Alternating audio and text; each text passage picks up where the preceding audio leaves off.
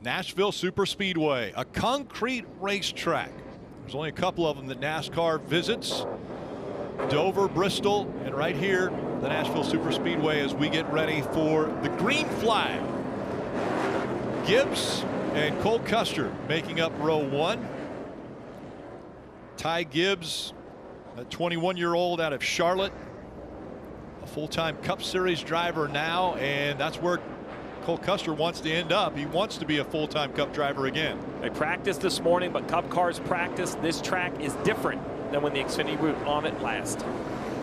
We'll see who handles it best. Again, last year it was caution-filled. We hope not to see that at the start of this one. Green flags in the air as we're racing in Tennessee.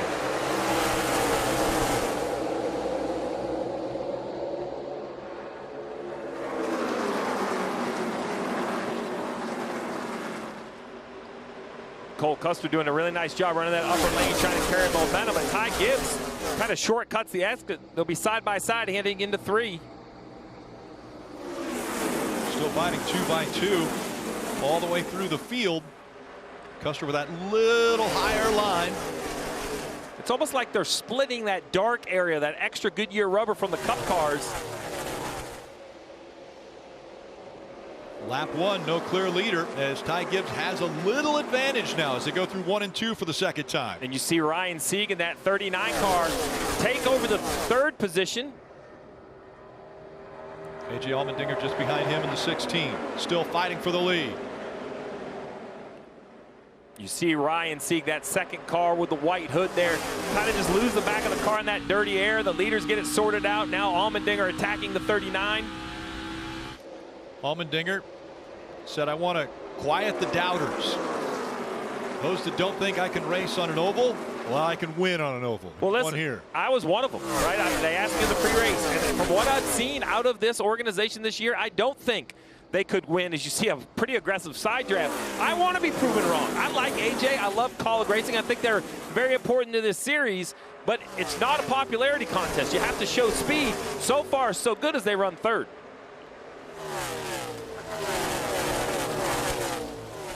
A little further back, we see side-by-side racing.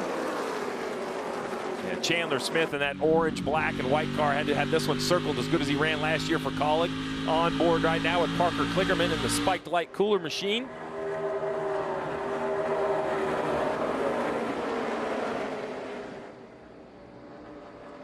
Oh boy, that's when it gets really, you know, these cars, unlike the Cup cars, these cars really depend on that side force. So when somebody's in your outside door, it can really want to pull you around. And now we see 3 wide down the front stretch. Jeff, we see you made it up from pit road. A little contact here. Right there. In the left front, 81 just slapped through the left front. I saw a wrinkle hit whole side, really, really loose. Doored him. Yeah, we've seen a lot of that early in this race. Down the straights, guys banging into each other. See the 81 to Chandler Smith in that orange car. He tried to make a pass a few laps ago. It didn't work out. He got loose, as Steve said, and when he did that, 2 cars got by him. So in trying to make a pass, he actually lost ground. Tell us the truth. Did you have that cool shirt plugged in underneath your dress shirt that whole pre-race when I was down there sweating with you? If I could have, I would. I promise you. It is hot. There's Noah Gregson. We talked to him in the pace laps in that red and white number 30. This will be for the 4th position. Love that discipline from Noah in 3 and 4. Just put the left side tires on that yellow line. Never left it. You know, discipline's a good word for the day, Rick. I think if I was a crew chief in this race, that would have been the mantra to start. Look, heats this, grips this, balances this, all of those things. But the simple fact is we have to stick to doing what we do best. Be disciplined on pit road, on pit stops, and behind the wheel. Right now, behind the wheel of this big machine spike light coolers on board, Parker Kligerman. Oh, look at this hornet's nest right here. We see the 2 of Jesse Love. Remember, they didn't get to qualify. A leak E-radiator had to be repaired. They had to give up their qualifying effort. Had to start all the way at the back, already up 11 positions. Whoa, the 42 really loose. Drifting up the racetrack there was Leland Honeyman. And right behind him now 3 wide, the 88 of Carson Quapple. Second week in a row, he had to start near the back. Last week, it was basically the back row. This week, it was just a little bit of an issue in qualifying, and you could see why qualifying is impressive. You don't want to be no part of this. I've been impressed with Carson Quapple in the limited starts that he has made in the Xfinity Series. And 3 out of 4 races, he's had top 5 finishes for that young man. Well, that was some contact, I think, between the 91 and the 42. That is a tough spot.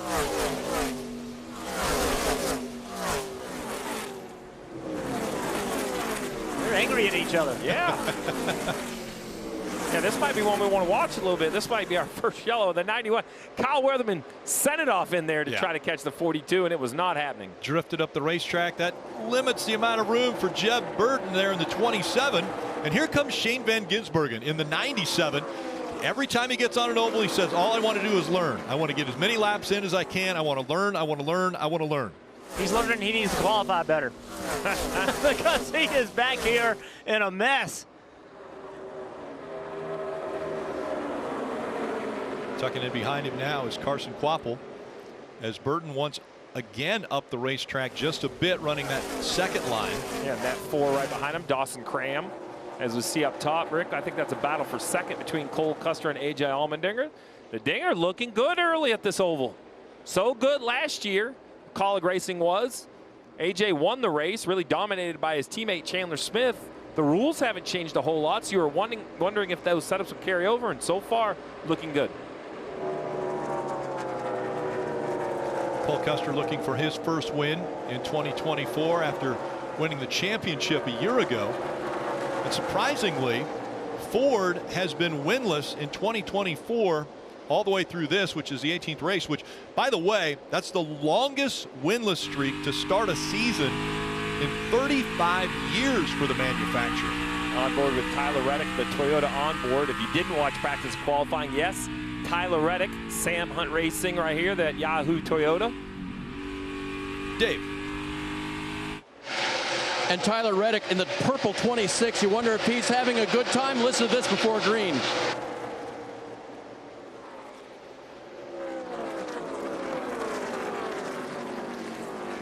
Well, he said more than that. He actually did the Yahoo from Yahoo, so that was great. Tyler is glad to be in this race car, glad that it's his first start of 2024, and it wasn't necessarily meant to be. They were going to put Corey Heim in this car again this weekend, but Corey got an opportunity on the Cup side to drive for 2311, and Sam Hunt Racing said, we're not going to do that to you. We're not going to make you run a triple Friday night truck, Saturday Xfinity, and Sunday in the Cup Series. So Tyler Reddick is in here, and Sam Hunt Racing is looking forward to what they can learn from this veteran driver. I thought that was great. I was going to say, Dave, could you just one more time? What was that, Dave? That was well done. What was on the radio? I think they have to pay me next time to say Yahoo. Well done. Well done. Speaking of well done, the heat out here is cooking these drivers, but Ty Gibbs has put 1.7 seconds between himself and Custer.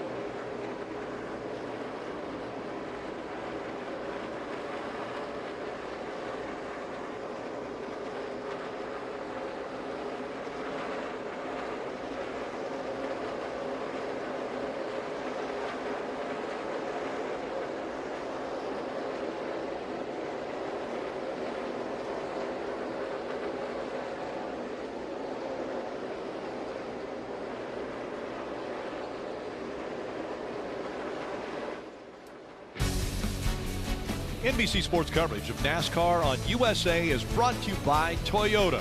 Let's go places. And by Liberty Mutual Insurance. Only pay for what you need.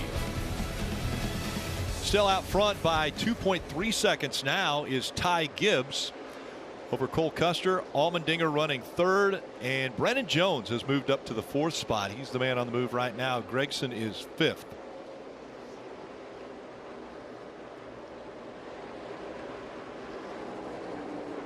Ty Gibbs mentioned coming back to this racetrack. Enjoys it here. An opportunity to get a little bit more track time, as this will be just the fourth Cup Series race on this racetrack that he'll be racing in tomorrow. I was expecting with the higher temperatures maybe for the groove to widen out a little bit more, and maybe it will as the race goes on, but right now the 19 very, very committed to the bottom. How about the 21 of Austin Hill after going to the back? Austin has been making his way toward the front. 15 spots already he has moved, running in the 18th position. This is where it gets to be a challenge when you get to this traffic. That was really nice. Rolled to the outside of the 31, Parker Rutzlaff, on the quarter panel, and see what he chooses to do with Reddick. Kind of the only one that's, you know, committed to running the top. Everybody else, like you said earlier, Steve, is kind of running the bottom of the racetrack. There's a few up there, but he got by those guys by just having the courage to jump up on the outside, Dave. And there he is, looking to the outside again, Austin Hill. The car's not bad. The driver said not terrible at the just a few laps ago, just a little bit on the tight side. And then just about a lap and a half later, he said it's starting to free up a little bit. So that progressive information, Steve, that he gives to Andy Street on the pit box, little by little, Andy knows what a run looks like and what the car needs for the next run. That's right, Dave. What the run looks like from lap 0 to lap 10, 20, and 30. Also how the track is changing, as you see the 21 once again rolling that top. I really like his commitment to the top, and he doesn't overdrive the entry, right? He kind of gives up a little speed on entry to get back to the throttle first, and this is a great example of how the 21 using the top just has great corner exit speed. It's Jeremy Clements right in front of Austin Hill. Jeremy's gonna protect the top on him, Rick. Yeah, Jeremy decided to go up high, and so Austin decided, well, then you're going to go high, I'll go low. Wasn't able to complete the pass through 1 and 2. It'll be interesting to see if the 21 has the same speed on the bottom as we go to the 2. Jesse Love, he's just 3 or 4 spots behind the 21. Marty. Rick, both RCR cars moving up through the field. Jesse Love plus 18 since the start of the race, and you mentioned the hole in the radiator is the reason they had to start in the back. Jeff, the words from his crew chief Danny Stockman before the race: be patient, choose your spots. But he has radioed a couple of times the car is extremely loose, so it's already an edgy racetrack, Jeff. When your car is as free and ill handling, even though he's making some passes that Jesse Love is dealing with, how tough does that make it behind the wheel, Jeff? Well, your car's not going to drive perfect today. There's just no way. And to be honest, I'd rather be a little loose than a little tight. I'd rather be able to get the car to turn. But I would be telling my 19-year-old exactly that. Let's take our time. Long race. Let's be smart. How about Riley Herbst making the move on the outside here of Ryan Sieg, trying to take 7th away. What I love are options. We always talk about what makes great racing. Well, one thing is, at a high-speed racetrack, you have to be able to go somewhere other than the car in front of you. Because if not, that car can just basically put the aero block up and there's nowhere you can go. It looks to me, by watching the 98 and the 21, Jeff, your car may be better bottom or better top, but if you have a good enough car, you can use both the bottom and, I'll call it the top, but the second lane to complete a pass. And if the outside is equal early in the race, expect it to be better later, because they're cleaning this racetrack off, Marty, and it should get better as the day goes on. And Riley Herbst has been willing to use that high line to make some passes. So not only are the drivers having to deal with the heat inside the car, there's other issues for Riley Herbst. Listen in. I don't think my radio and Joey's radio work together. I hear Davin, but Joey sounds like it's my 1980s stereo. All right, talking about the spotter, they moved to channel 2. He said, I can hear him, but it's not much better. And then they had another issue just a moment ago. He was behind Ryan Sieg moments ago, and he had debris on the grill. That was the debris. The water temperature was up to 270. But when he passed Ryan Sieg, the debris went away. That's a good sign for the 98 team of Riley Herbst. And at the end of this run, he's been pretty quick. Here's a battle for second, Rick. They're side by side. They have to split the 07 of Patrick Emmerling. But Custer now trying to defend the second spot as A.J. Allmendinger has made a huge charge on the inside. Right along with that Celsius on board of Allmendinger. He said he was pounding Celsius down to be ready for this and hydrate. He's staying right in the tracks of that 00 of Cole Custer. We'll see now if he can get a run again after going by some of the lapped cars. So what he's hoping right here is, see, he's going to go to the bottom. He's looking for clean air. Custer in the middle of the racetrack. Allmendinger with his left front below him, trying to get air on that front of the car, make more downforce. He's got to guess again. Custer seems to like the top, so go all the way to the bottom. I think AJ needs to commit to that yellow line. Custer loose. Big wiggle out of the 00. And now he's got the fender right up against that left side. Here comes Allmendinger trying to take second away. A lot better hit. Still there. Door, quarter, clear. Clear half. Drifts up the racetrack. Will Cole Custer try the crossover move? Not able to get back up there.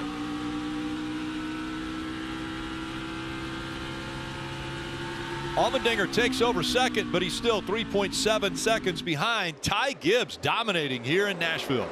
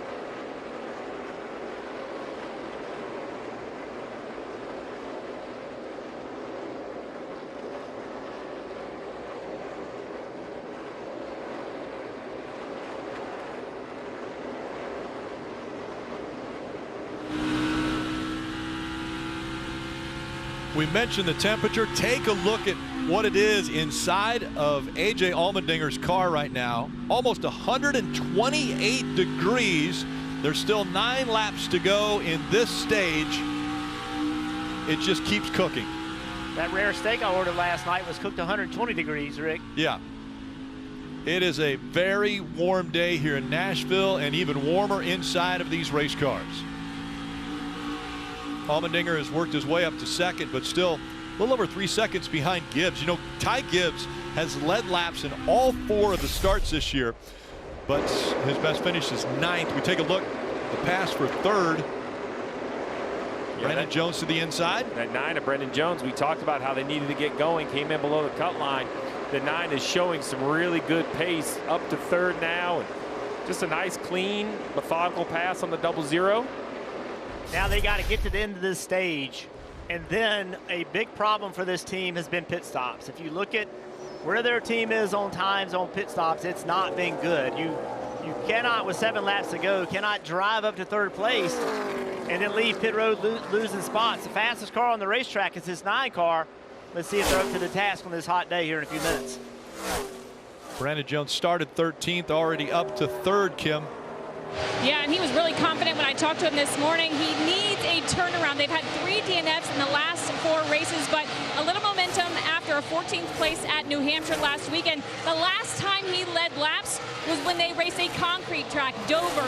13 laps led there, and so he felt like he was very confident. The other thing he has in his mind next week is the Chicago street course, and he has been very honest at the fact that he is not good when it comes to road course racing, so he wanted to bank as many points as he could this weekend, or maybe even a win before heading there next weekend. Right now, just saying, Dave, that the car is loose and entry and center is tight. Kim, let's go up 1 digit. The 8 car of Sammy Smith, he says his car is tight, but it was horrible in practice. They made some big adjustments for qualifying, and he nailed turns 1 and 2. Problem, there's a turn 3 and 4 as well. He did not nail those, and so his qualifying was in 12th spot. He was all the way up to 8th earlier, but that tight race car has dropped him back a little bit. He'll need some adjustments on this first stop. Under 5 laps to go, and Allmendinger's closed the gap just a bit, but not as much as he'd like, as we see Ryan Sieg just in front of that 81 of Chandler Smith. Those two fighting for the 9th position. Again, top 10 will all receive stage points, which those that are fighting in the Xfinity Series for those points are going to benefit. Those that are Cup full-time drivers will not receive points. Yeah, really surprised so far at the speed of this 81 car. In practice, they look so fast. You see he's got more speed than Sieg. He's able to turn the center of the corner much better. Maybe just a little surprised about how the track's changed, Steve, since the Cup cars are on the racetrack and also the temp is through the roof. Well, and you mentioned Brendan Jones needing a good pit stop. The 81 needs that and some adjustments to see, to your point, with the track changing now that he's been in traffic. Can they get this 81 back to the form that we saw in practice? The thing I like about this first stage that I've seen is there's different lines that these guys can take advantage of. They've run on the bottom of the racetrack. They've run a line up. They've been able to pass on either the outside or the inside. So we see Austin Hill up to 14th. Remember, had to go to the back of the field and has made his way up to 14th. Under 2 laps to go in the stage. Pit road is closed.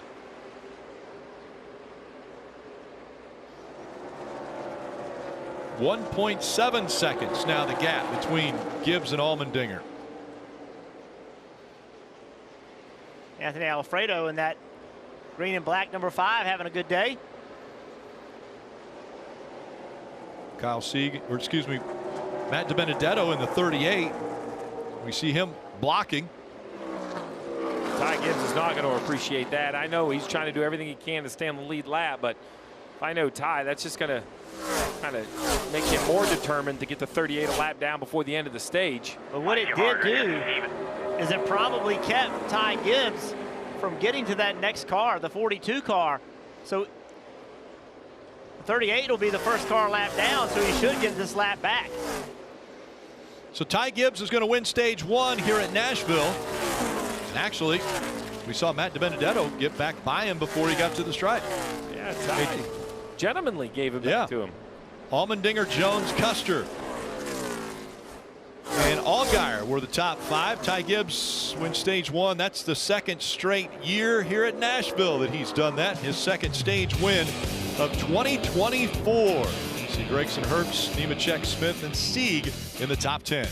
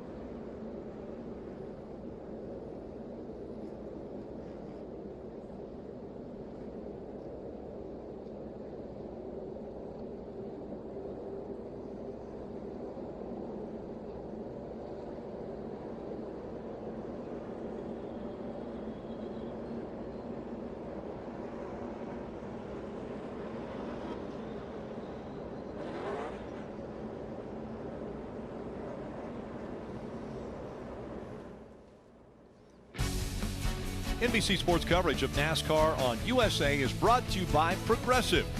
Save when you bundle motorcycle, RV, and boat insurance. Visit Progressive.com. And by Credit One Bank, NASCAR American Express card. Beautiful downtown Nashville.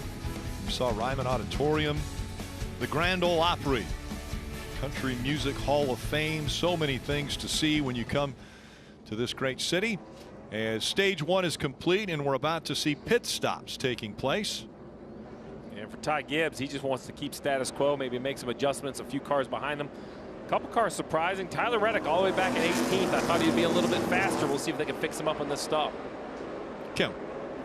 And Brandon Jones, one of those cars coming in, he said, I have way less ladder grip. 3 numbers snug in the center, though. You see him top left. They will take 4 fresh Goodyear tires. Sunoco fuel. AJ Allmendinger, top right. He started free on entry, but way better than he was in practice. He said, little tight at the end, though. They're going to leave it. No changes, Marty, because Alex Yancicrucci said if we help it on entry, it might hurt the exit. Boy, Kim, Ty Gibbs led every lap of that stage. He said it got tighter on entry as they ran. To beat the heat, he wants 2 bags of ice plus a couple of bottles of water. Cole Custer said he fired off loose, but after 20 laps, the right sides gave up, and the car got way too tight. We'll see if Ty Gibbs and the 19 team can hold serve here on pit road. No, it'll be Cole Custer gaining a couple of spots here. 3 of them, as a matter of fact, Rick. Brandon Jones grabbed a spot as well, so Custer steals the lead away on pit road. Jones grabs a spot, as does Riley Herbst. So a good performance there for the Fords. Nashville, it's all about entertainment, and that's what we're seeing here at the Nashville Superspeedway as well. We're getting ready for the start of stage 2.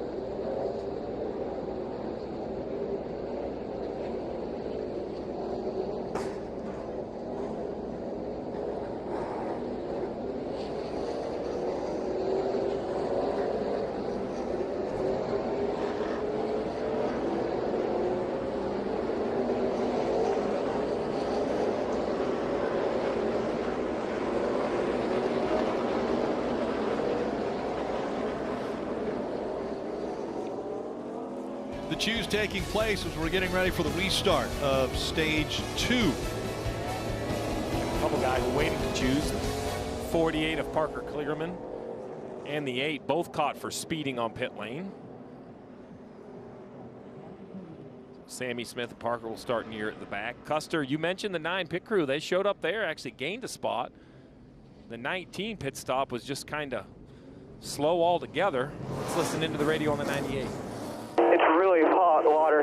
Yeah, Yeah, I need you to unplug it. I'm going to give you the hose to drain it at the pit stop as well as 2 bags of ice, okay? Yeah, I unplugged it. Make sure you get that hose plugged into that shirt so that that water doesn't boil since it's not circulating, okay? You get it drained out? I have no clue, man. I'm over it. I just want to... I'm not going to say it. I'm okay. Difficulty there for the 98 driver, Riley Herbst, as we're back underway. Cole Custer out in front of the field now. Brandon Jones on the outside, leading that second line. We'll see if Ty Gibbs can do anything on the inside here. Try to get that lead back. Brandon Jones falling back through turns 1 and 2.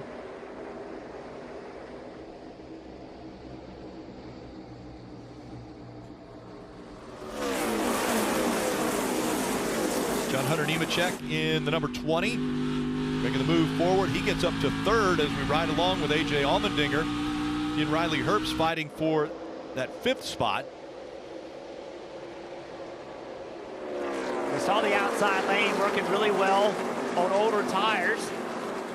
Sometimes you have a little bit too much confidence up there on new tires. Obviously, it's the longest way around the racetrack, so you don't want to run up there too high too soon.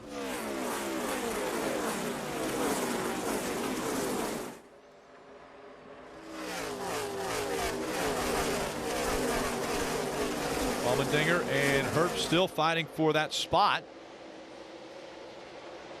They stay door to door as they work their way back through 1 and 2.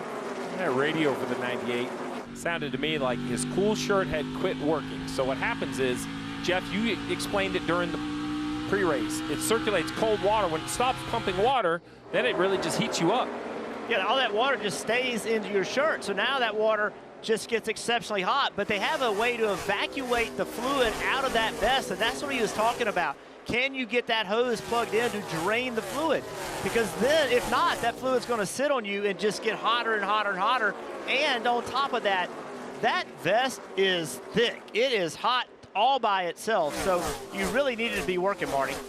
And Jeff, once it goes bad, you're right, it literally circulates hot water through the body versus cool water. And oddly enough, I talked to Riley about this morning. I said, have you ever had one fail? He said one time, and it was a cool day. It is obviously not a cool day here in Nashville. I just asked Davin Restivo, did he get it drained? He said, I have no idea. All I can do on my end, Steve, is hand him the hose. Riley has to do all the work on his own inside the car, and that caution wasn't very long to get that done and that suit drained. Yeah, you basically have to unhook from the car, hook into this extra piece of hosing or piece of hose. Just really frustrating, right? Because you heard him. He's like, I don't know. I want to get back racing. I don't really want to do it. Cool shirt doesn't work. This is awesome. Yeah, you can see just. He did say he was over it, but obviously he's not over it because it's going to be uncomfortable. Well, have you ever been told they're over it and they really are by anyone? Well, you need to get over it because, I mean, it is what it is at this point. And yeah, sometimes you just voice your displeasure to get it off your chest, right, and then go back to work. But it's lap 57 and 188. There's a lot of racing left to go, and you're just going to have to be tough and man through it. And it is going to be hard, though.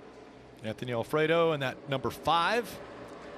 Trying to work by the 31 now of Parker Retzlaff.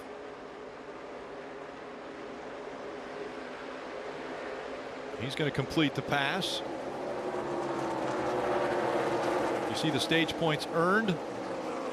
Allmendinger getting 9 there, finishing 2nd in that stage, all the way down to Ryan Sieg, who finished 10th, got a point.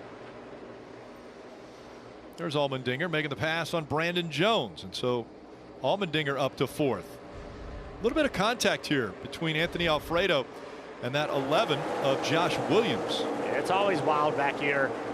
Just so aggressive in the Xfinity series, every series really. This is where the craziest racing happens. SVG on the bottom trying to get by his teammate. A lot of learning going on. Next week though, going to Chicago, this driver could be the favorite. Side draft, buddy. Really good work right there. He becomes the mentor when we go to Chicago. And everybody's friend because everybody wants him to tell them something. Don't. Jeff Burton on the outside of Anthony Alfredo now.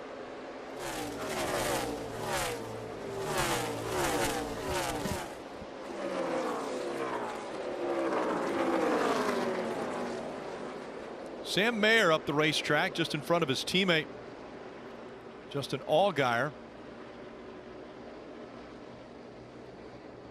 That's a battle for the 12th position as Allgaier closes in on that back bumper.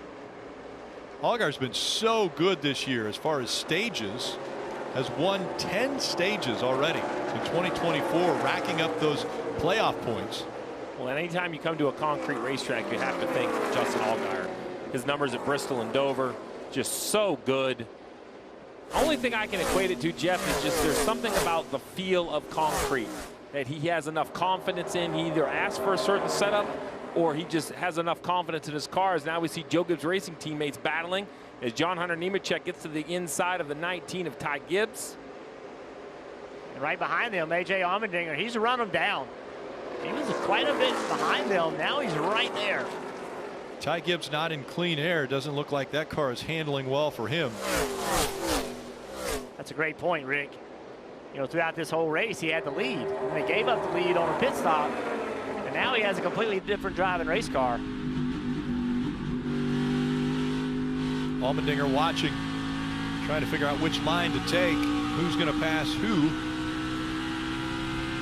It'll be hard for the 20 to make that pass unless he slides, so just be ready for that.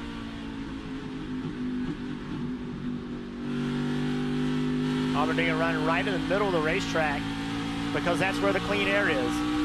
The racetrack's better either on the bottom or the top, but clean air matters more. Got a big run on the 20 here, and is it going to be 3 wide? Allmendinger to the bottom of the racetrack and very close to being 3 wide there. Now big run by the 20. Nemechek able to just get the nose in front of Ty Gibbs. Let's see if he can complete the pass. That was great. The 20 tried to drive it in there to slide the 19, and the 19 overcooked the entry as well and kind of got up into the 3rd lane. Mission accomplished for John Hunter Nemechek. Now Allmendinger's going to try to follow him through. I think he's going to try to do the same thing, right? Side draft on the straightaway, go up to his quarter panel, try to pull him back. Oh, just too much of a run for the 19. Yeah, 16 was loose on the bottom of the racetrack. Saw the back wiggling around. AJ still going at him. See Gibbs up there in that way high lane. That's starting to work. Look what it does down the straight.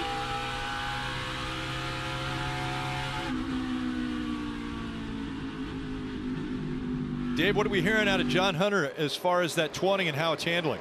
Well, Rick, you guys know this. Once the drivers take the green, they have to deal with that car till they come down pit road and get changes on it. There's a couple of things they can do in the cockpit, but not the big changes. So during the first stage, John Hunter Nemechek said his car was too loose on the bottom of the track. So he went to the high side, and that was entering the corner. So he went to the high side, and that was much better. But he still couldn't finish the corner. So all that information was given to John Hunter Nemechek, and you can see that tweak has really helped him. He went from 5th to 2nd on the restart. Allmendinger still trying to work his way around Ty Gibbs. He gets to the rear quarter panel, to the door, bumper. Does the spotter give him the clear yet? He's just going to take it now. Well, maybe not. Ty slides back up on the high side. I thought he could have just slid up in front of Ty and ended this battle. Almost pushing him into the turn now, and again Allmendinger running right in the middle of the track. Ty Gibbs about half a lane higher. So this time I think Allmendinger's over it. Let's see what he does into turn 1. Can he overdrive the entry? Nope, too low of an entry to do it. They're bringing Brandon Jones into the mix here. Clear, clear, clear. Slide up. There, he made it happen. Custer's up front. Nemechek has closed the gap, 0.2 of a second separating the top 2 here in Nashville.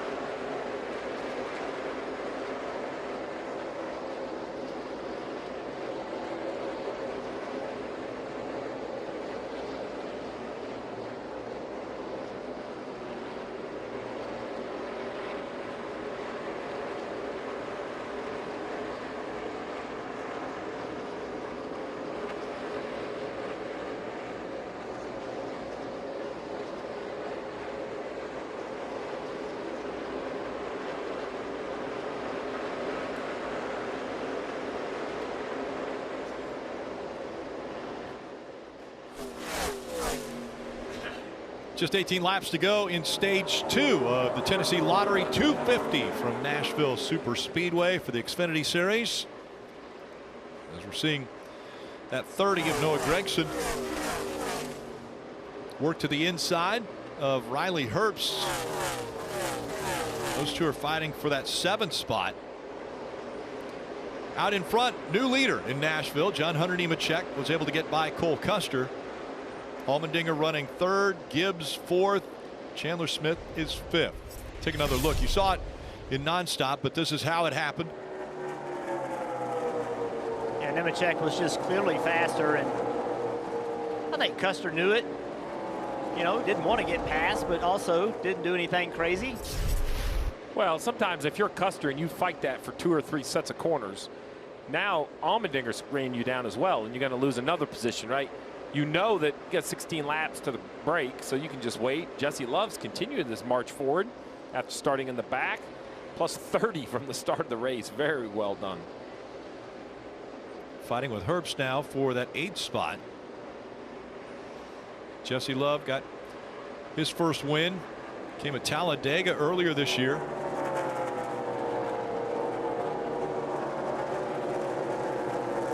And Herbst fighting back on the outside.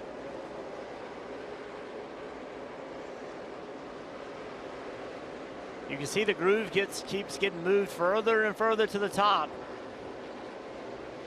Dave, what are you hearing about John Hunter?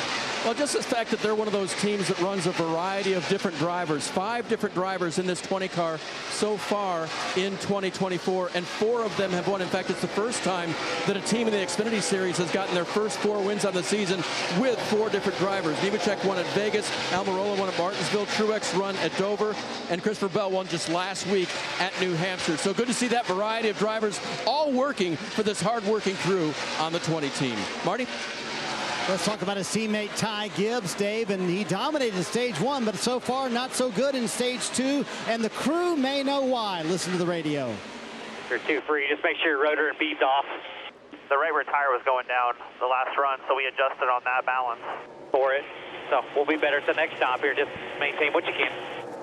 As the battle for 8th rages on down there, Steve, kind of explain that. Sometimes you don't know a tire's going down. You make an adjustment based on what you thought the car was doing. How does that affect the 19 on this run? Yeah, so every time that the tires come off, you measure how much air pressure has built up, because it tells you a little bit of a story of car balance, right? If the right front builds up more than the right rear, then the car's tight. So if you have a slow leak, you'll be able to tell, because the buildups will be just completely off, and you instantly know that you have adjusted to a car that's not going to drive the same way. Normally, if the right rear goes down, it would get tight for a little bit and then finally go down low enough that you start to get free again. In the Cup race, Rick, you might have 7 or 8 pit stops, so it's no big deal. The problem in the Xfinity Series race, you're only going to get 3 shots at it. So now you've burned 1 going the wrong way. You're probably going to go back on stop 2, stop 3, and the adjustments made are going to be very important. Handling might not be there right now for Ty Gibbs, as he had to catch that one just a turn ago. As we take a look at the Toyota driver update and where they run, John Hunter Nemechek up front. Gibbs is 4th, trying to hold on to that 4th position, though, as Chandler Smith, also behind the wheel of a Toyota, is right on his back bumper. And Chandler Smith really turned things around here in stage 2. Yeah, they were really struggling in that first stage, like you just said, but the right changes to the car, and now they're going forward. And if you're Ty Gibbs, you have to battle all these positions. You're not racing for a championship, but the further you come, the better position you're running when you come down pit road, the better opportunity you have to lead with the right spot. So any spot that you got to protect it, Marty. Yeah, Jeff, way too free for Chandler Smith in that stage 1 run. Much better on this run, and showing that long run speed that he showed in practice earlier today. Jeff, I find it very interesting with temperatures, as we've seen, nearing 130 degrees inside the race car. Chandler Smith is maybe the only driver in the Xfinity Series who does not run a cool suit ever, and I know that's better not having one at all than what Riley Herbst is going through with hot water going through his. But is a driver today, Jeff, giving up something by not wearing a cool shirt when everybody else in the field is? You know, Marty, so it really is driver preference. If he's comfortable and doesn't feel like he needs it, and there's no evidence that he does, then don't run it. Because if you don't need it, why put it in the car and have something that can fail? Or on top of that, you know, it does weigh something. It does pull some amperage from the alternator, so it can create issues. So if you're a driver that's like, hey man, I'm good, I don't need it. And it's Xfinity Series. They're shorter races than Cup. You know, I'm good with it. But you better not complain. Like, don't complain about it being hot if you don't want the cool shirt. And it is hot outside, but they do have the hose that goes to their helmet, so that does circulate some air throughout the helmet. And then there's also the NACA ducts that will direct air more on you, also through the car. Yeah, the big problem today is that, you know, it's just the air is so hot, right? Like even the air that blows into the helmet, it can be a little bit cooler than ambient. To be quite honest, the big gain there is normally a carbon monoxide filter, because with all of these engines running, not so much here, but like a Bristol or Martinsville, it kind of settles into the racetrack. So you just want to keep fresh air into the driver.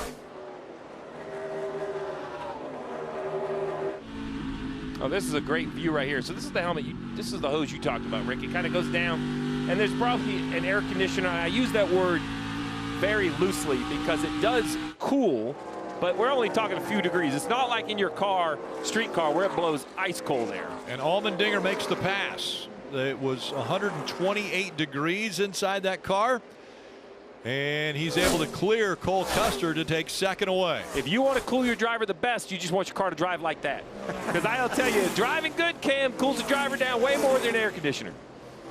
For sure, and for A.J. Allmendinger, crew chief Alex Young said, you know what, a cool A.J. Allmendinger is worth the extra weight for the cool suit and everything that comes with it. But this team looking to turn their season around. Remember, the last Xfinity Series win A.J. has was here last year in Nashville. That car was so good, so I asked the team how that influenced their setup for this weekend.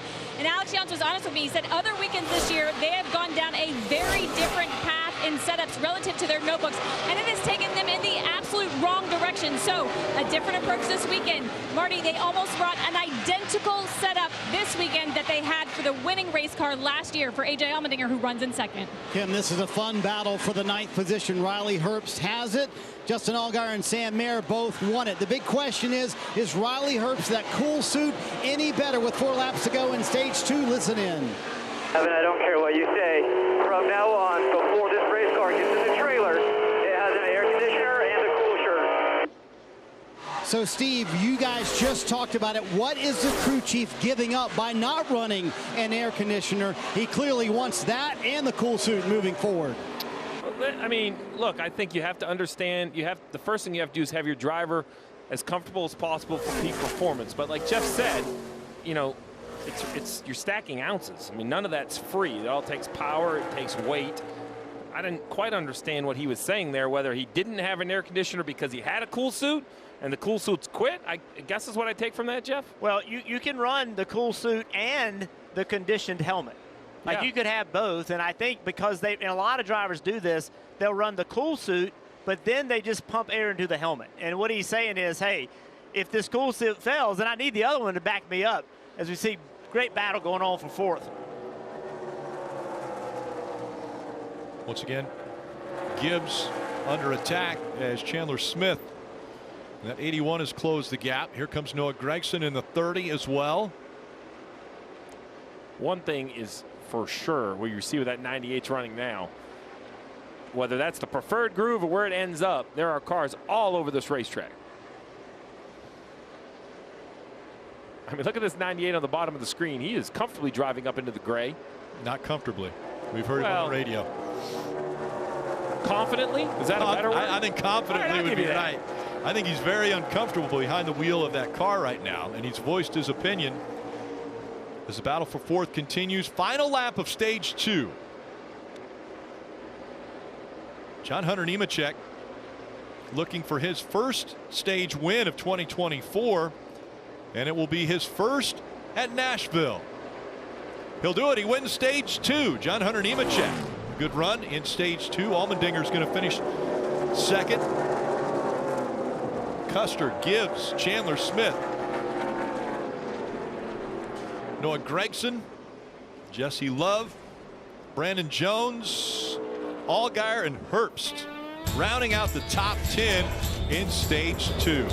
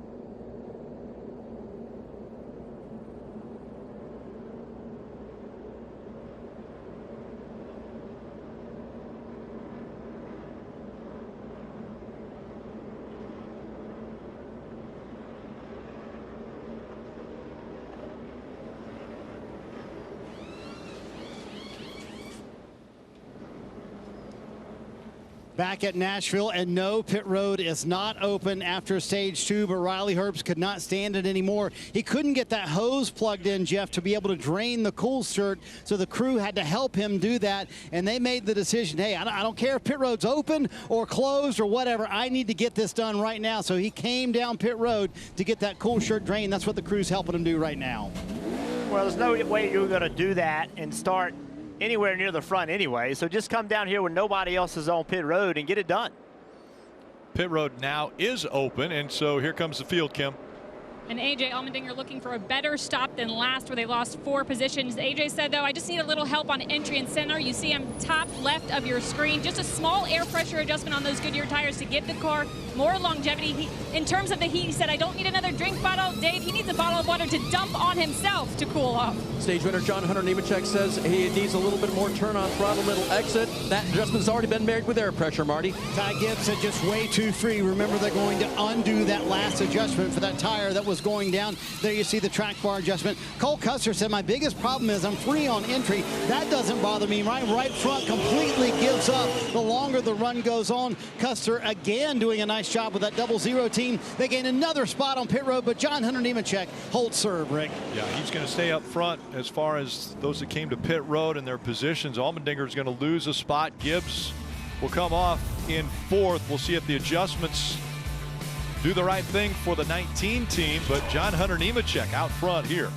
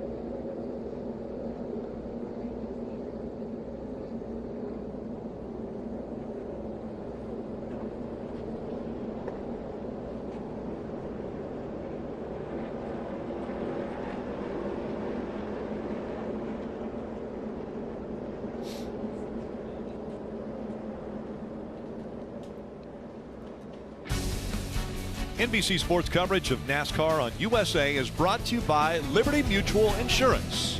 Only pay for what you need. Great crowd on hand here at Nashville Superspeedway, enjoying Xfinity Series racing. 2 stages complete, and our colleague Parker Kligerman, a broadcaster on Sundays, a race car driver on Saturdays, has graciously allowed us to listen into his radio communication. Now, this isn't what he's saying back and forth to the team. He doesn't have to push a button. He's got a radio that's connected just to him, a microphone, and we can listen in. Damn, it's hot. Damn, this is hard. That's 1 inch down there. All the world, 1 inch.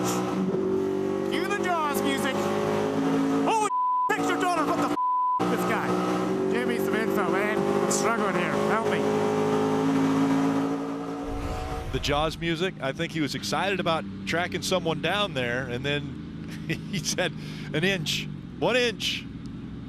Well, that honestly, that's how it is when it's slick like this. If you miss your mark, meaning where you want to put your left front tire, if you miss that, then it could be 2 or 3 tenths of a second, and that's a lot. And you just have to be, even though you want to drive a race car as hard as you can, you have to be precise with it. A couple of drivers that were having good days, and they've kind of had issues now with speed on pit road. And Jeff, you called it, the 9 of Brandon Jones, a great first stop, a awful second stop. Over 20 seconds for the 9 of Brandon Jones. You see right here, 22.6 seconds. The same for Jesse Love, 22-second pit stops. And for that reason, Kim, they've given up all their track position. Yeah, the wheel got hung on the fender well on that stop. The team said, though, it had to do with the angle that he had turned the car into, it getting hung. So much to be done, and if you're not focused, maybe the heat playing a little bit of a role there. 22 seconds, it'd have to be a really bad angle. Yeah. Take 22 seconds to change 4 tires. 2x2 once again as we get ready for the final stage to get underway. John Hunter Nemechek on the inside, Cole Custer on the outside. Green flag. Custer, a little was that wheel spin, didn't really want to go up top, and it has stacked him up. Look at this. 3 wide entering turn 1. They've cleared that, and then a little further back, it's 3 wide.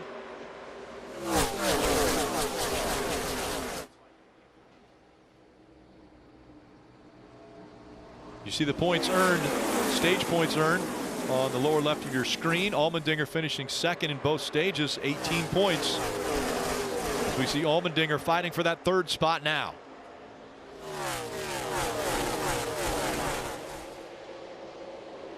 Gibbs and Allmendinger, door to door.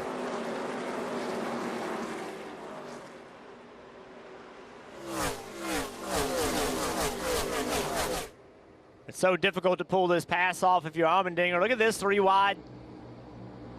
Kligerman on the inside. Ryan Sieg trying to surge ahead through the middle. Josh Williams in the 11 was on the outside. And Kligerman and Sieg still fighting for that spot. Maybe a little contact there as they enter 1.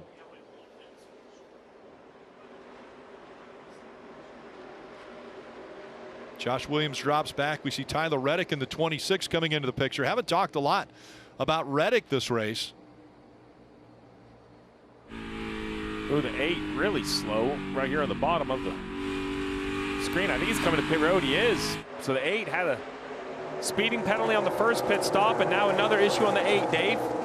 He thinks it's the right rear that is loose from that last pit stop. So Sammy Smith will crawl down pit road in the 8 car. Steve, it's their choice how many they want to change, but the driver thinks it's the right rear. Yeah, and I would always change 4 to save an extra 5 or 6 seconds and be wrong and have to pit twice. Now the penalty is with 88 laps to go, you can't make it on fuel. So now they're putting on their last set of sticker tires. They're going to have to get really lucky as now we have a battle for the lead, Rick. Here comes the 00. Cole Custer to the apron. He takes the spot away. Custer back in front. He's already led 23 laps. He's looking to add to that now. Oh, the 7 car way up the racetrack. That'll slow down Sam Mayer in the 1 on the inside. Chandler Smith in the 81. Noah Gregson behind them trying to find a way around. Tyler Reddick getting a little pressure from Brandon Jones on the lower right of your screen.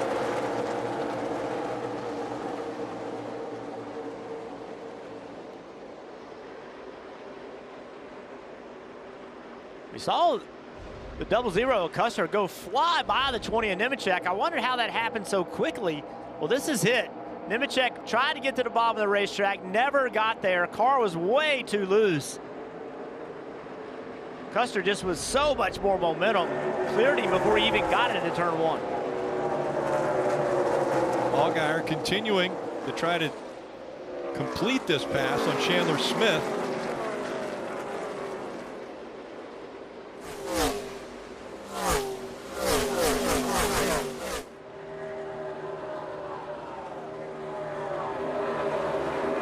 Chandler Smith fighting back on the inside.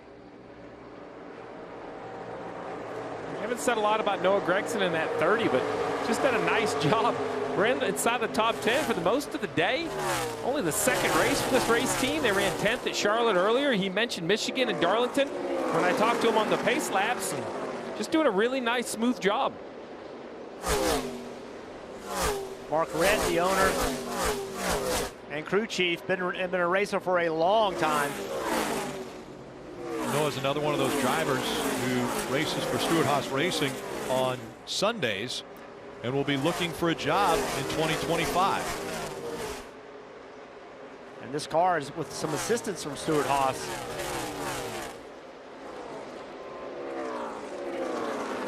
You're wondering when that information is going to start trickling out, right? We got the Chase Briscoe announcement this week. And I'm sure that came a little early. Yeah, well, Christopher Bell helped accelerate it, but I just think Noah's too good to not land somewhere. I mean, he's always has, you know, pace. I think he's learning at the Cup level, but you see it right here instantly. Let's check in on Riley Herbst and Marty. What are they saying? It's been an eventful last hour for Riley Herbst, Rick. So plus 10 since the restart. Let's recap. They were able to drain the cool suit system. They've gotten it much cooler in the car. But before they went green, Wayne Naughton, who is the steward here on the Xfinity Series side, wanted to make sure Riley was okay. Here was that radio conversation. Wayne wants you to let us know if you're okay. I can hear you fine. I'm good. Hello? There's water on my mic. I can hear you. I'm good. That took Riley a while to get back to those guys, and that's what they wanted to know. Was he okay? He said, yes, I'm fine. Meanwhile, Justin Allgaier has had his hands full, Steve. He's lost a couple of spots here in the last few moments. They're having a voltage issue on the 7 car, Steve. 12.5 volts. Jim Pullman said you don't have to shut off your cool shirt yet. It has not moved down any further, but 12.5 volts, is that a possible issue for the 7 team, Steve? It's for sure too low. It should be up around 13.5 that the alternator's currently charging. Let's take a look at exactly what got him up the racetrack. Kind of a high entry and just not a lot of grip with the back of the car. Allgaier catches it, but loses a spot, and in a fight for another as Noah Gregson's closing the gap. Cole Custer out front here in Nashville.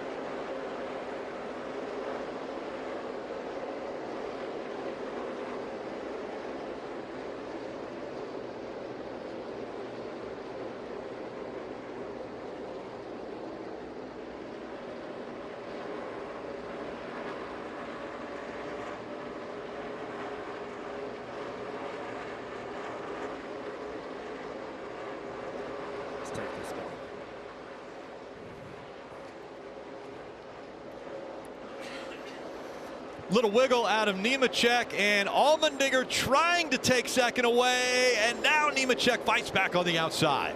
16 had position. I was expecting kind of a little bit of a dive bomb, but he drove into turn 1 so straight and shallow it allowed the 20 to get back to his quarter panel.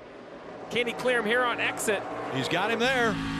He gets in front of that 20, and Allmendinger up to second. I think Custer's in trouble. We'll see. I think Allmendinger's got the best car. 00, that's 16 on tires. 1.2 seconds separating the top two. With 74 to go, we're about 4 or 5 laps from everybody being inside their pit window. You heard 16 on tires, so you figure they have to run 90. You know, easy math says, oh, just run like 45, pit in the middle, but that doesn't normally happen in the Xfinity Series. Normally they run a little bit longer. They're willing to risk it. And I think with some guys in the field that aren't worried about points, like John Hunter Nemechek or Ty Gibbs, I think we're going to see a big, wide pit window with guys doing different things, Kim. You see A.J. Allmendinger in that second position now, gunning for the first position. Would be their first win on the season. And the team told me A.J. mentally was in a great mood this weekend. He loves this place, and that really helps his mental fortitude, especially through the heat. And guys, I've listened to him on the radio. Usually, it doesn't matter if the car is fantastic. He is a hothead behind the wheel. He has been very silent in the car, which indicates to me, Dave, that his car is very good. So, Steve, if you ran it all the way, it'd be another 50 laps, and you'd probably need to think about coming for fuel, but that's a long way. What will John Hunter Nemechek and his crew do? Well, I tell you what they will do. They'll take a little bit of that adjustment that they gave him the last time back. That's what the driver just called in. I like what you did, but I didn't like what you did last time. I got to have a little bit of that back out of the race car. Those are the best. I can definitely go back on my adjustment. Sometimes, like I mentioned, when being an Xfinity Series crew chief is very different than Cup because you only have 3 swings. So sometimes you have to make a big adjustment. You kind of have to jump over. You don't want to waste 3 adjustments kind of sneaking up to the balance. Jump completely over it. It's always easier to back up. All right, AJ, I said I thought Custer was in trouble once you cleared Nemechek, and you're proving me right. A 1/10 of a second faster every lap. He's running the 00 down. It's like a birthday present for you, Burton. You're right. It's a miracle. Well, John Hunter Nemechek's not losing sight right now of A.J. Allmendinger. The two of them are closing the gap on Custer. Just didn't see the speed from this 16 car all year that we've seen today. And it's at a really important time. You could tell A.J. was starting to get a little down, you know, not today, but getting a little down on the overall schedule and how they're running. This is what a team needs to keep that energy, Steve. Well, put yourself in the seat of A.J. Allmendinger. Forever, you dominated the Xfinity Series road course races. Now there's the new hot shoe on the scene. SVG is the road course master, winning the last 2, right? Now listen, AJ's still in the mix. But now you're a teammate with a guy that you know you're going to have to race at the tracks that you once weren't guaranteed to win, but you were in competition for one. I think that's what makes this oval more important. Marty, how about Cole Custer? Let's chat about Cole Custer. He said, told a moment ago to Jonathan Tony, they talked about when they're going to pit. Tony told me about lap 145, but he also said, listen, we have a terrific short run car, Jonathan. Do not be afraid to be aggressive on this last adjustment to put us in a window to win the race. So, Steve, how critical is this last adjustment for a guy like Cole Custer, who's out front right now, but has shown he loses speed as the run goes on? Well, you know, because you only have 1 set of tires left, there's no question that it's going to be your last stop. If you come back in, it's not because you need an adjustment. It's because you've had an issue or you're working on something else. If you're going to win the race, this final pit stop with the final adjustment will be the decision point for the race team. And if we have green flag pit stops, this is a difficult pit road to get on. We saw drivers in Xfinity and Cup in practice this morning trying to work on getting on pit road and multiple missed pit entries. So it is a challenge, and I'm not sure that everybody practice it. Who is going to be the best at getting on pit road? And Steve, with 67 laps to go, we're now in that fuel window. Yeah, I think we can make it on fuel, but I think you're trying to get at least 15 more laps on this set of tires. I would try to push it out 20. But remember, it's that, you know, little bit of game of chicken. Who's going to come to pit road first? Who comes first and pulls everybody with them? Cole Custer out front here.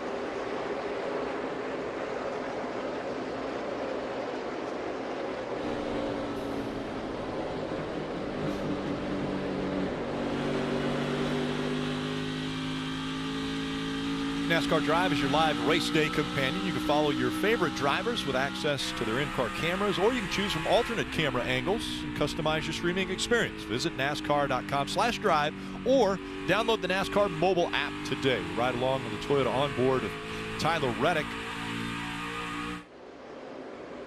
Reddick back in the 18th position as Cole Custer now has a 0.6 of a second lead over Allmendinger.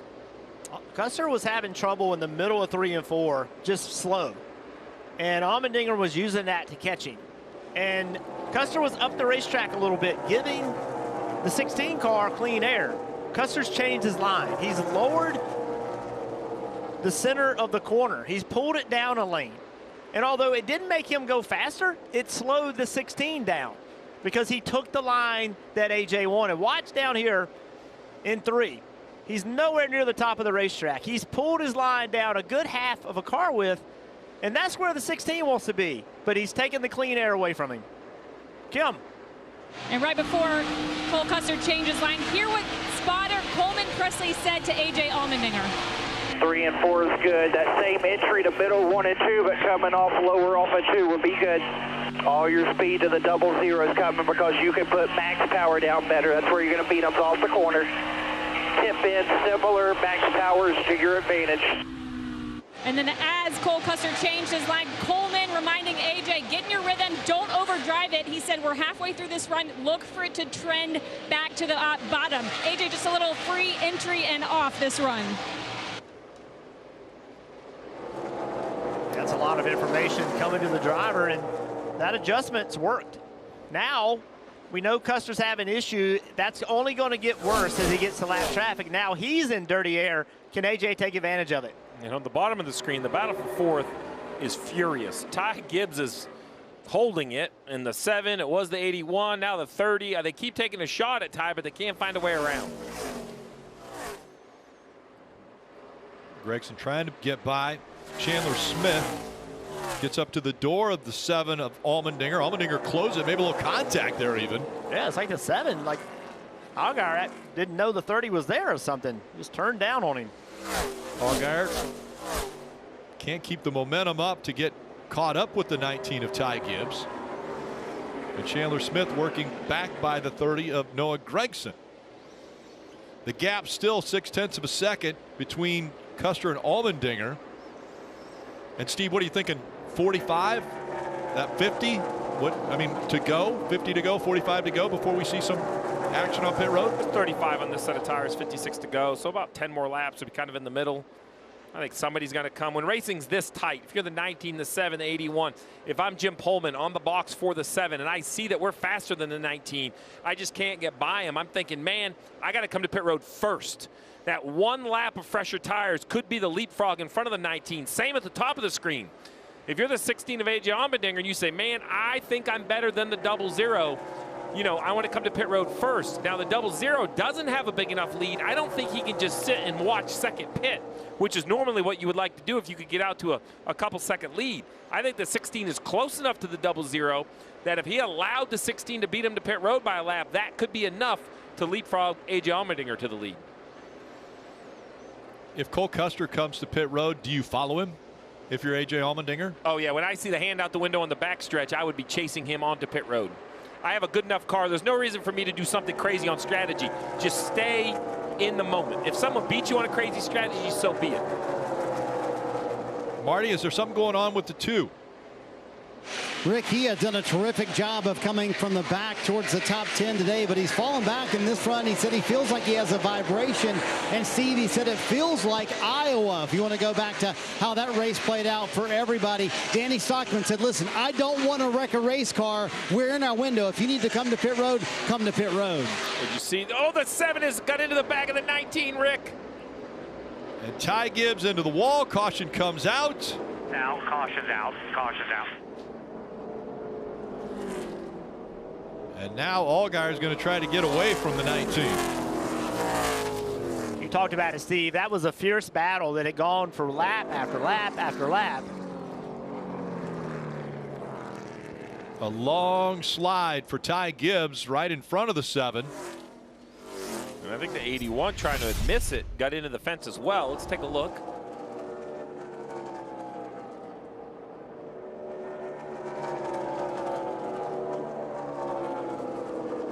Yeah, Allgaier really heavy in the throttle. Watch right here. Goes to the throttle real aggressively. They were fighting for the 4th position. Was there contact? I mean, it looked like he was really close to that left rear. You know, it was hard to tell. But, you know, aerodynamically, to your point, you can get a guy really loose doing this. Oh, yeah. Yeah, that's contact there. Yep. Yeah, that's contact. And, you know, if you're Gibbs, you're hot, and you have every reason to be. You know, you just got run into in a vulnerable part of the corner. See, right there, he's just the 7. He's just in the gas really hard and just made contact with him. Around goes the 19. Let's listen in to the radio of Allgaier. I don't think before he started spinning there, I think I just got him arrow loose. Tell him I'm sorry. Yeah, tell him I'm sorry, because I don't want a retaliation here. So he feels like he was already either loose or getting loose because of the air. Maybe the contact finished him off. I'm not sure Ty's going to see it that way. Yeah, and by the way, it's, you know, I don't blame Ty. The statistic of cautions from a year ago to this year, 11 a year ago. That right there was the 3rd caution of the day, and 2 of those were for stage breaks. Well, this will be interesting. The 7 Marty was reporting had an alternator issue, or at least a charging issue. The batteries were dying. And why that matters is he's having to shut off his brake fans and all these things. At some point, you might have to shut off that cool suit for the driver. So if you were going to put a fresh battery in, I don't think you would open the hood and diagnose that issue, because if the belt's missing, I don't think you have time to put it on without losing a lap. But they could change a battery. These teams are very, very practiced up on how to change a battery. It's in front of the left rear tire. You would do it when you change left side tires. The problem or the challenge is just so many cars in the lead lap. There's 29 cars in the lead lap. So if you change a battery, not only will you go back to 29th, but you'll go back there next to the guy that you just spun out on the racetrack. I'm not sure. I mean, that's silly, but I would keep that in mind. I'm like, you know, maybe we don't want to go back there. I don't want, if he runs us down from the back, that's one thing, but maybe not go back with the guy who's mad at us. Well, you're saying we might need a caution there? Pit road is open. Cole Custer leading the field down there, and they're headed towards you, Kim. Noah Gragson coming in from the 4th position. You see him top left, really helping Red Jones Racing take a step in their program. Noah's saying, I'm edgy and on top of the racetrack. I need more rear drive. As you see, AJ Allmendinger top right. AJ said center off is fine, but I lost a little ability to get in the corner. Right rear needs some help. There is an air pressure adjustment. Maybe just a little slow on the right side there, Dave. John Hunter Nemechek said, I like being free, but the right rear feels unattached all the way back on that last adjustment. Marty. Dave, could Cole Custer get his first win of 2024? The pit crew's done their part. They've gained a collective 4 spots here on pit road today. He said we just need more long run grip on that 00. They'll do it again. They'll hold serve here on pit road. And yes, Steve brought the point about Justin Allgaier and his team. They are going to change a battery under this caution. Allmendinger is going to be furious. They lost 7 spots on pit road. Remember, he was fighting up there for the lead, and now he comes off pit road in 9th. Custer still leading. This is why we're under caution.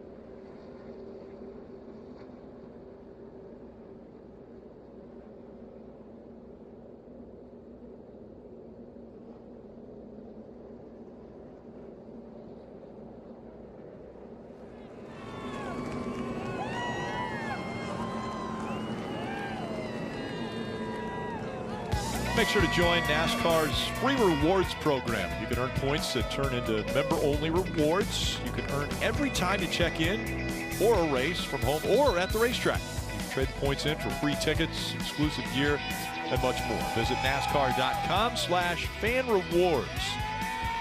These fans are enjoying today. How about tomorrow? Denny Hamlin won the pole. He'll bring the field to the green flag for just the 4th time here at Nashville Superspeedway, and will be embedded with the 9-team and the 6-team. So that behind-the-scenes look, on the pit box look, right there with the spotters look for Chase Elliott and Brad Keselowski. That will be in stage 2 in tomorrow's race, and again will be on NBC as we get ready for the choose. We talk a lot about pit stops. Look at the 21 of Austin Hill. They had the best pit crew in the Xfinity Series. Doing work today again. Got him all the way up to 4th. And looks like they're going to go around again. Oh, nope, they turned the lights off. All right, so the choose is taking place. How about the 21 choosing the bottom? I thought he would have took outside row 2. Well, if you are Chandler Smith in the 81, that is the clear indication you better be blocking into turn 1. Yeah. All right, the reason the caution came out was contact between the 7 and the 19. Yeah, we got a little better view of it. Guys in our trailer doing great work. I think it's pretty clear what happened there. Look, Allgaier's not a dirty driver. He's an aggressive driver. He's not a dirty driver, but, you know, a little bit of damage there. Got into him. Well, interesting now is with the 7 changing the battery, he's back in the pack near the 19. So we'll see. They're not exactly next to one another, but they don't have a field between them like they would have. Yeah, this is when, if you're a crew chief on the 19 car, you have to be reminding Ty that tomorrow's race is the most important. Like, go back and get as many spots as you can, but let's don't do anything silly trying to retaliate. 46 laps remaining from here at Nashville Superspeedway as we're getting ready for the restart. Cole Custer on the inside, John Hunter Nemechek on the outside. Chandler Smith on the inside of row 2 with Noah Gragson on his outside. Back up through the gears they go, and Custer trying to clear Nemechek. He does. But up the racetrack he goes, and he opens the door. Here comes Nemechek on the inside. Custer, a mistake on that restart. And Nemechek capitalized. 4 wide as they go into 3. Custer still struggling.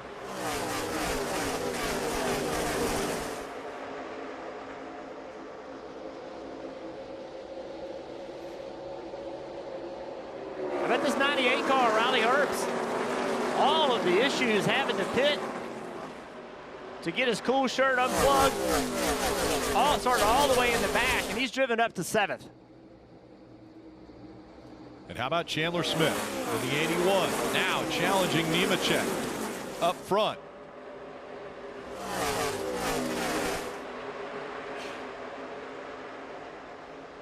Austin Hill running 3rd, a couple car lengths back. Noah Gragson is 4th, battle for 5th as Riley Herbst tries to go to the inside this time with Cole Custer. Cole has to be wondering what is going on. My car is horrible right now. Really tight. Copy. Really tight on the radio, the 00. We've seen this before, that last run of the race, the last set of tires. Maybe you drive it a little bit harder, maybe the pace picks up and the balance just shifts tight. Maybe it's the adjustment they made or the set of tires, but either way, he's lost control of the race. The battle for the lead is heating up. Not to mention Allmendinger's back there with him as well. You pointed out the bad pit stop. Here he is in the bottom left, battling with the 1 of Sam Mayer. Sheldon Creed, nowhere to be found for the majority of the race. Continue to make adjustments on the 18. They have it looking good inside the top 10. Gragson had mentioned that the car was falling off. They had a good kind of early start or for that short run type speed. But this was an example of they knew this was their last stop and they just missed turn 1 and 2, and that allowed 2-3 cars to get by them. As Allmendinger now under attack from that 18. Sheldon Creed. Refocus. Really the two best cars before this caution, the 00 and the 16. Neither one of them going the direction they want to be going in. And I'm okay that you just can't drive back to the front. Like, you can pass. We've seen passes for the lead. We've seen passes throughout the field. But this is the team sport. You have to execute. You have to have good adjustments, good pit stops, good restarts. How about on the bottom of the screen also the 88 of Carson Kvapil, up to 12th. This young, he impresses me just because he drives. He reminds me a little like Josh Berry, right? He drives like he has 1,000 starts. You just don't see a lot of mistakes out of the 88. He's pretty methodical. Carson Kvapil, son of Travis Kvapil, who was Truck Series champion. And a little slow there for Creed. Wow. And here comes Kvapil to the inside, 3 wide for position. 2 outside, 2 outside, 2 outside. Wrap the paint, bumper, outside, tight 18 on you, super tight, trying to hit you. You're clear of him. TJ trying to hit you. You'll be out when we go embedded with Brad Keselowski tomorrow. That's the voice you're going to hear a lot of. Oh, spotters, they can stir the pot, trying to hit you. He was trying to wreck you. Marty, what about the 81 running second? Yeah, Rick, a very important run for Chandler Smith. When I talked to Jeff Mandring this morning, he said, you know, these intermediate tracks, and they consider this one of their intermediate tracks, we've been terrific at stage 1 and stage 2, but not at stage 3. And he said he sat down with Chandler about 2 weeks ago, Steve, and said, listen, I need better information from you. Help me make you better at the end of these races. We've got short tracks down, intermediates where we need to improve, and they've clearly been better at the end of this race than they were earlier on, Steve. That's a great way to identify the issue. Like, hey, I don't think I'm making the right adjustments, but when I look back through the notes, I just don't have the information I need. So as a crew chief, it's, hey, I need better information. Also, are there different questions I need to ask? How do we get to better information? Because I know you're telling me you're thinking, I may be not asking the right questions. That's a great leadership by Jeff Mandring and great growth by the duo. And there's times when a driver, he just focuses in on driving the race car and, you know, won't give any information. And then the caution comes out, and then they're like, hey, this is what's wrong. And now the crew chief and engineers don't have a chance to really spend the time coming up with a solution. So constant information is important. How about the 97 of SVG? Going to drive himself up into the top 15 right here. I know he's run decent. I think he had the top 10 back at Phoenix, like 6th in the spring at more of a flat track. But these high-speed tracks, Jeff, have to be very difficult to learn for someone who's used to road course racing. Oh, for sure. This is kind of progress you want to see from SVG, is just on these types of racetracks, having enough pace to run with these guys. We knew he was talented. Supercars have been his bread and butter, but now he's made the move to NASCAR and continuing to move up.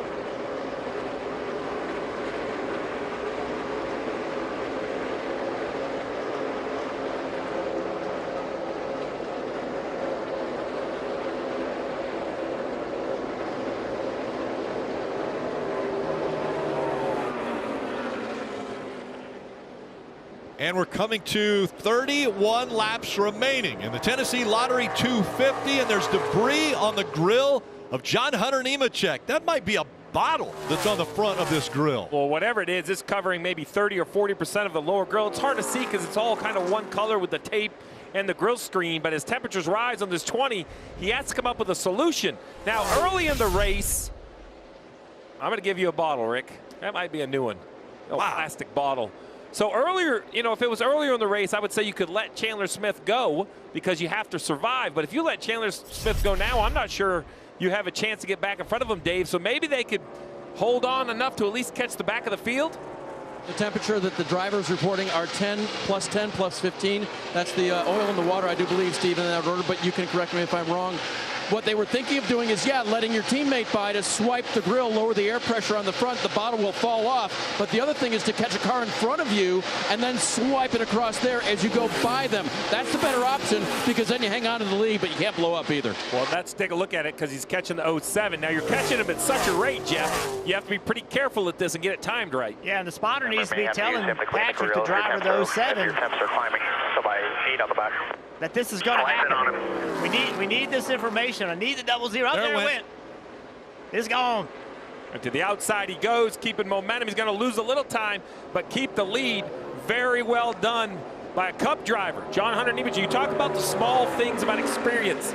That was very well done. Watch again. You'll see it fly off to the right side. If you ever wondered about aerodynamics and why be behind another car takes air off of your car, there you have it. I mean, it literally, think about that. It took that bottle and just released it. Was that your bottle, Rick? I swear to you, I did not have a bottle of water that made it out onto the racetrack. I was down there before the race. Yeah, you know what? Right. I take that back. Allmendinger being chased by the 00 of Cole Custer. Those two running 7th and 8th right now. Kim. And A.J. Allmendinger had one of the dominant cars of the day until the last pit stop. In fact, their pit crew has lost some spots every single stop. Lost 4 spots on the first stop, a spot in the middle stop, and that last stop lost 7 spots. A.J.'s been calm up until that point. He got on the radio, kind of gave the crew a piece of their mind. President Chris Rice got on the radio and said, "I'm sorry, we screwed you over. Just keep your focus forward, AJ." So AJ right now, Marty, not very happy after some poor pit stops. Kim, drive of the day belongs to Riley Herbst, who was just so upset when the cool suit was actually pumping hot water around his body. He couldn't get it shut off, ran the entire stage 2 with that hot water going, finally got it drained here at the beginning of stage 3, and he was all the way at the back of the field. Jeff, you mentioned it. He is driven back up to the 5th position now for Riley Herbst. And Davin Restivo, what a great job for this race team. Jeff, what does it say? What kind of statement is it about the maturity of Riley Herbst, who could have very easily packed it in earlier? He was very upset about the cool suit, did not, and now he's driven his way back to the front. Yeah, he was clearly upset and vocal about it, but was able to regain composure and just go back to racing. And I'll give the team credit, too. They knew they had an issue. They didn't go in denial. They didn't say, "Hey, driver, just tough it up." They took care of him. They helped him, and he's proven, hey, man, give me a fast car, I'll go do it. So good job by both of them. Back to the erratic pit stops. Remember that pit crews in the Xfinity Series is very difficult at the moment because of the single lug nut on the next-gen car in Cup. It was very common for Cup teams to pit Xfinity cars. But now, some Cup teams do and some Cup teams don't. But your main focus is Sunday, Steve, and that is a single lug nut. And there is a completely different skill and tempo and timing to the entire pit stop from a single lug nut versus the 5 that we're accustomed to in this series. That has impacted this series and it's impacted the Truck Series. Yeah, that's a great point. The choreography is just so much different between the two. Nemechek with a 0.7 of a second lead over Chandler Smith. Under 23 laps to go. Hill running in the 3rd position, but he's 6 seconds behind John Hunter Nemechek. So after the debris was cleared off of the front of the 20, John Hunter Nemechek and Chandler Smith, they've checked out on the field. They have, but what Chandler Smith is doing a good job of is he's staying close enough. You see him only, what, 15 car lengths back. So as this 20 starts to catch traffic, and with 23 to go, there's a pretty big chunk of traffic in front of him. You know, one misstep, you know, maybe catching a car at the wrong spot or something like that is all it really takes. You lose momentum in one of these cars, it takes a lap to kind of get it back.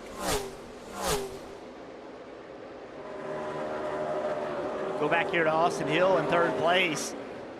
You know, I think if they came out of here in third, they're not going to, you know, be extremely happy, but I'm going to tell you something. They haven't run third all day. They have not had the pace.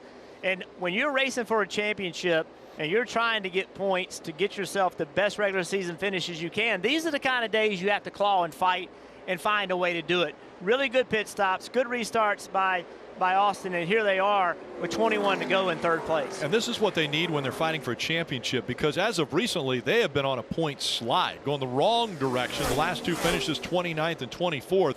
So this is really a shot in the arm for this team. Kim. Yeah, and for Sheldon Creed, who's currently running in the 15th position, it has not been a great day. Super unhappy with the car all day. They finally got some changes that felt like they were working, but he came on the radio, said, I have no voltage. He's resetting everything, and now they have a battery waiting on pit road in case he does need to come down for those changes. As we look at Gregson, who's currently running in the 4th position, Noah Gregson has made an important step for the overall long-term plans of Brett Jones Racing. This is just outstanding what we've seen him doing that car. Now they do have an alliance with Stewart Haas Racing, but they came off a top 10 finish at Charlotte and now running in the 4th position with that small team, Marty. Kim, I'm willing to bet nobody has passed more cars today than Jesse Love. Yes, he started shotgun on the field today, drove into the top 10, then had a vibration on a tire, fell back into about the 25th position, was about to pit before a caution came back out, and has since driven back up to the top 5. What an impressive run for this young man who had never seen Nashville before today. How about Riley Herbst? We talked about the impressive rally for him. He told me earlier this week, I feel like if we could just finish where we've run this year, we'd be first or second in points. Our finishes have been awful, but today they will finish way better than they ran for much of the race, Kim.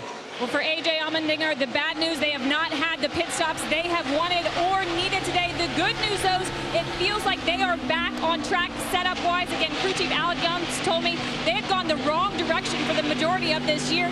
This weekend, they were dialed in. They used their notes from last year, and it is paying off. A very fast race car despite mishaps on pit road, Marty. Kim, how quickly things change. Beginning of stage 3, it looked like it might be Cole Custer's first win of 2024. Here he sits in 8th. He finally did tell Jonathan Toney, just took way too long for the tires to come in on that restart, and now the car just way too tight. He sits in 8th, Dave. Sam Mayer runs 9th. Not a great day for them, but he started 22nd, and for a driver that is in the playoff on 2 wins, this is a solid day for Mayer. He's been handling just a loose race car these last few laps, Marty.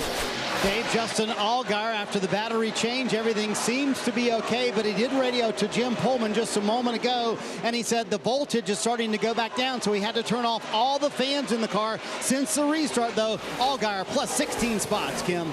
How about the day that Ryan Sieg is having, currently running in the 11th position? When I talked to him this morning, he said a top 10 is realistic. They are still chasing points, looking for a spot in the playoff grid.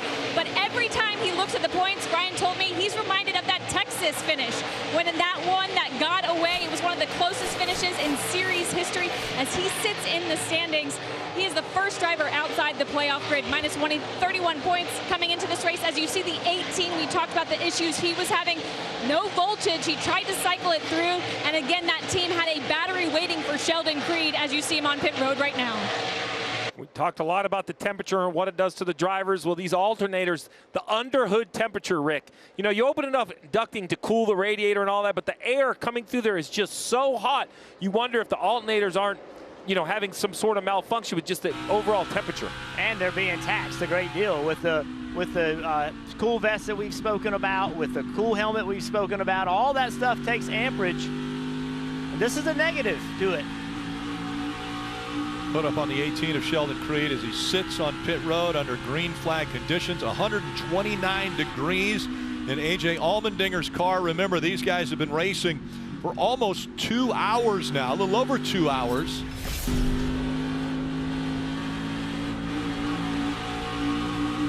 There's the frustration you see out of A.J. Allmendinger.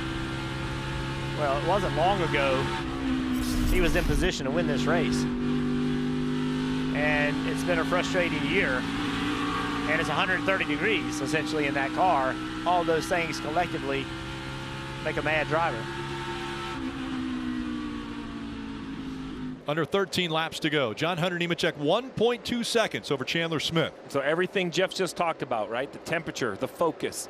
Now John Hunter Nemechek is trying to close out a win with all of those things, those challenges. And he's done a nice job. He went through that first group of traffic we talked about and really kept the lead pretty equal to Chandler Smith. And when I look out in front of the 20, you know, they're kind of single cars, and John Hunter is just picking them up at the right time, not being too aggressive on corner entry or corner exit, not making a big mistake, right? If you have to give up a 10th, that's okay. Don't make a 3 or 4 tenth mistake. 4 wins already in 2024 for the 20 team with 4 different drivers. So it's been an impressive start to 2024. John Hunter Nemechek wants to be a repeat winner behind the wheel of the 20, as we see Noah Gragson getting a little pressure now from the 2 of Love. You talk about that 20 of John Hunter. Crew chief Tyler Allen deserves a tremendous amount of credit. And Joe Gibbs Racing, they have used this Xfinity series. If you look at who their Cup crew chiefs are, most of them have Xfinity series. And if you want to become a crew chief at Gibbs, this is the way to do it. Go have success in the Xfinity series. And I like when they put the Cup drivers, either Gibbs Cup driver in John Hunter's case, he's Legacy Motor Club, but a Toyota Cup driver. It puts a lot of pressure on that crew chief, right? You have to then, you know, you have a guy behind the wheel that can win, and I think that pressure's good. This 2 of Jesse Love and the 30 of Noah Gragson, they almost came together off turn 4 that lap. Things are getting tight. Check this out. Jesse Love on the bottom. That's just hard racing. Here he goes again, trying to get inside of the 30 of Noah Gragson.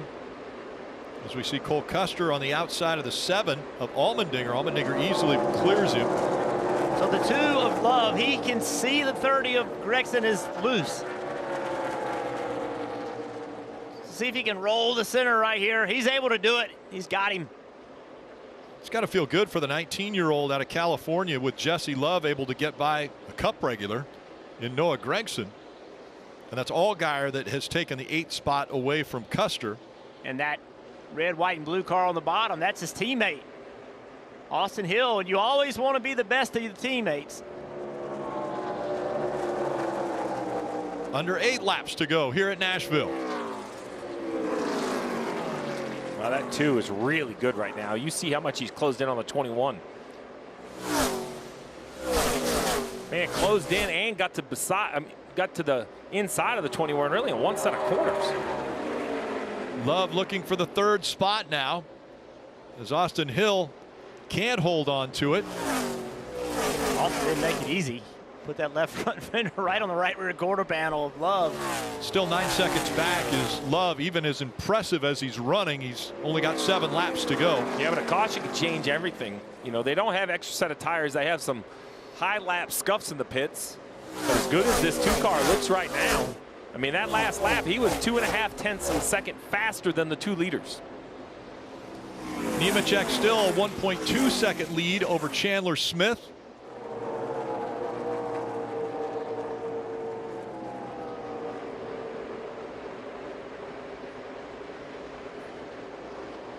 Coming up on the lap traffic, getting ready to go by Leland Honeyman once again.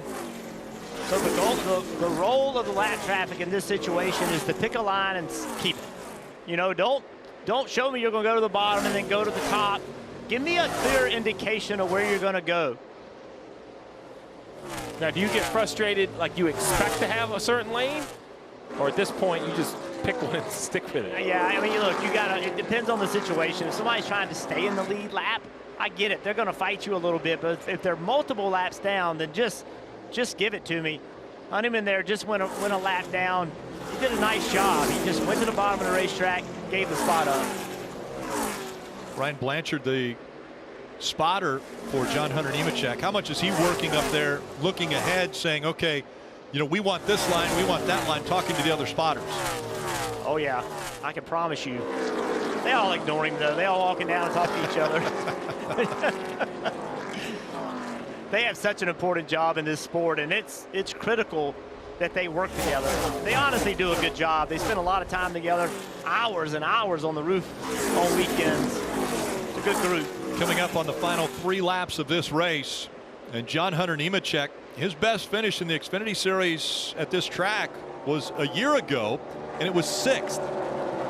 You mentioned spotters. I think right now, if I'm the crew chief of the 20, I'm letting him know that you've stretched this to a 1.3-second lead because their traffic is a little bit heavier in front. Let him know he's got a little bit more breathing room than he has had the last few laps.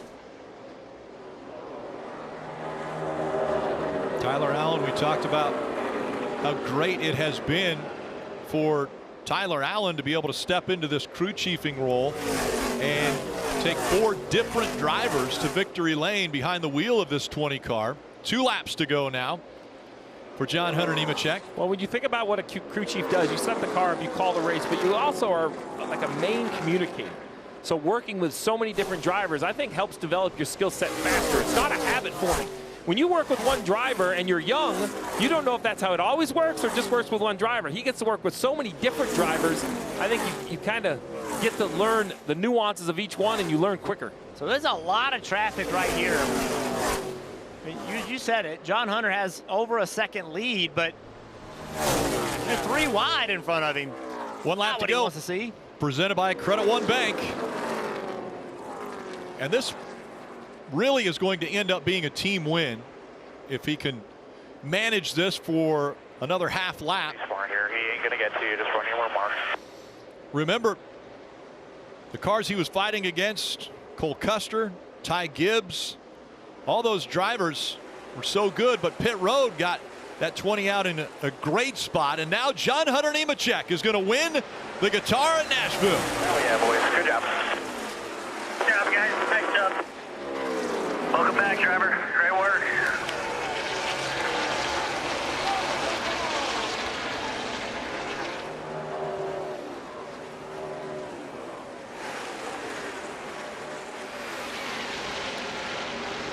Chandler Smith coming home 2nd. Jesse Love 3rd. Austin Hill was 4th. Gregson 5th.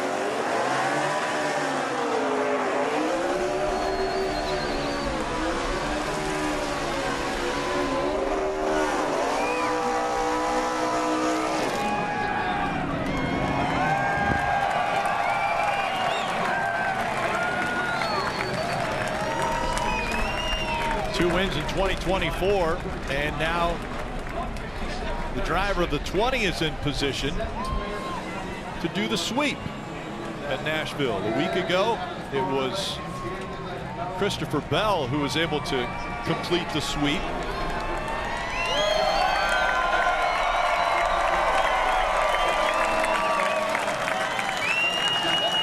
John Hunter Nemechek leading 76 laps today.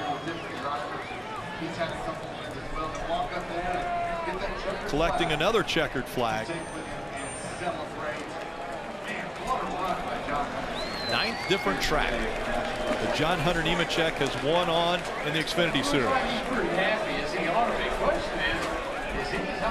You still see the steam at the base of the windshield. Riley Herbst, he's out of the car, taking in fluids. Kim, let's hear from the winner. John Hunter Nemechek with his 2nd win in the Xfinity Series of 2024. And man, Tyler Allen and this team set you up today. Your pit crew got it done. How important was it to have all cylinders firing off on a day like today where it would be so hard to focus with the absolutely miserable conditions? Man, I thought we gave the race away there at the start of stage 3. I asked for an adjustment and probably shouldn't have, but I tell you what, that miss feels really good right now. Thank you to all the fans. Glory to God. Feels good to be back in this 20 machine.